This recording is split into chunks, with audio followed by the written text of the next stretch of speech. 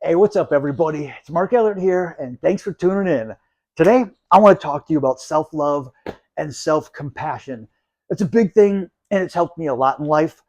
I'm one of those people, I was a pessimistic person. It was easy for me to just hold on to that negativity and let really small things just completely ruin my day just for holding on to it and just driving myself nuts about it. I mean, like, perfect example. Just the other night, some of you may know I'm someone with an anxiety disorder. So the other night, I was in bed sleeping and I was awoken from a panic attack. Middle of the night, got woken up from an anxiety attack. And after the attack happened, I went, whew. I just collected myself, got myself together, realized I have to use the restroom. So I got up to go to the bathroom. When I got up to go to the bathroom, I kind of got lost in my apartment. Not necessarily lost. I came out of my bedroom and I took a right turn because that's where my bathroom was. At least that's where I thought my bathroom was. When I actually ended up in there, I was sitting right in front of my drum set. Hey, don't go to the bathroom on your drum set. No, I made a wrong turn and I was in my band room and I'm like, okay, this doesn't make any sense. This is my bedroom. You come out, you make a right. This is where my bathroom is. I literally just kept walking out and repeating the same steps over and over again and being, okay, I'm not getting this. I've been living here for 8, almost 9 years. I swear to God, this is where my bathroom is. And I went about it a different way. Instead of coming out of the bedroom, I went down the hall to the kitchen, came back the other way. And when I came back, that's when I started finding some things and being like, wait a minute. That's when it clicked. Wrong apartment, actually. I was visualizing and memorizing a completely different apartment because I haven't been living here my whole life, haven't been living here my whole blind life. I've been blind for almost 20 years. I've been living here for 8, almost 9 years. So it's not even half of my blind life.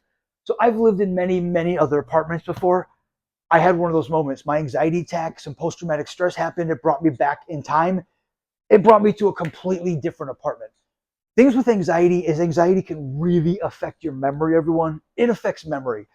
So I just had to give myself some compassion. I had to be like, okay, it's okay, Mark. Look, you were in the middle of sleeping. You were sleeping and you got woken up from an anxiety attack. That's not pleasant. It's not easy to collect your thoughts. I mean, you were in the middle of sleeping. It's not like you're super alert and awake and paying attention. You just got woken up for an anxiety attack that affects your memory and it can mess you up. You were tired. It was the middle of the night. You're someone with a traumatic brain injury. It's okay for you to forget where things are sometimes. It's okay to mix up your apartment and remember you're in a different place. But the thing is, everyone, for a couple hours, I laid in bed wide awake and just beat myself up going, why? Why? Dude, you've lived here for 8, almost 9 years. How did you think this is your other apartment? Why did you think it was that apartment? You haven't lived there in so long. I kept myself awake asking myself a lot of questions and beating myself up, and it really, really killed the energy for the day. I noticed one time my alarm went off and I got out of bed. I didn't want to do jack. I'm like, who cares? I just kept holding on to that negativity. But everybody, I eventually accepted it. I accepted, like, dude, you're someone with a brain injury. You had an anxiety attack. You have vision loss. You can't see. I'm blind. So the fact that I was actually just muscle memory navigating somewhere and was in the wrong place, it's okay, dude. It's acceptable. Just let it go, Mark. Just let it go and have some compassion for yourself and just go do something you enjoy. See, my old self would have just, even after laying in bed awake for hours, beat myself up and asking questions I A, didn't have the answer to, and B, didn't want to answer. And it's just going to keep me awake and irritate me and make me agitated and just, it's just going to perpetuate that feeling. So I already laid in bed awake doing that for hours.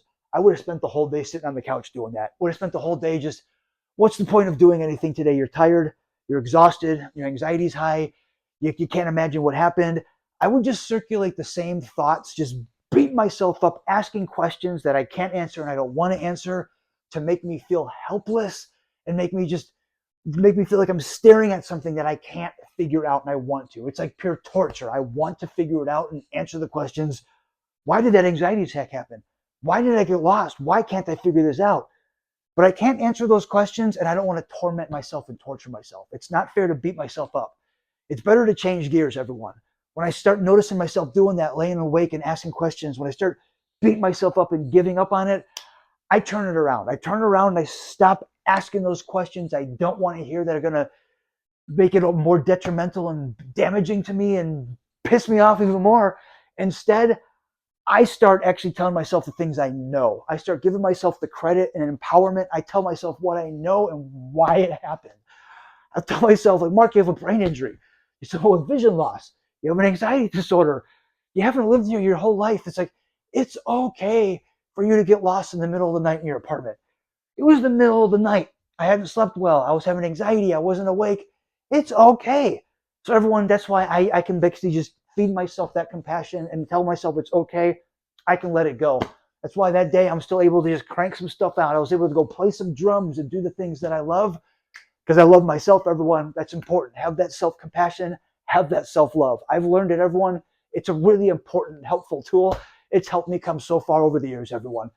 Everyone, love yourself. Make good choices. Keep it sexy, everyone. I'll catch you on the flip side.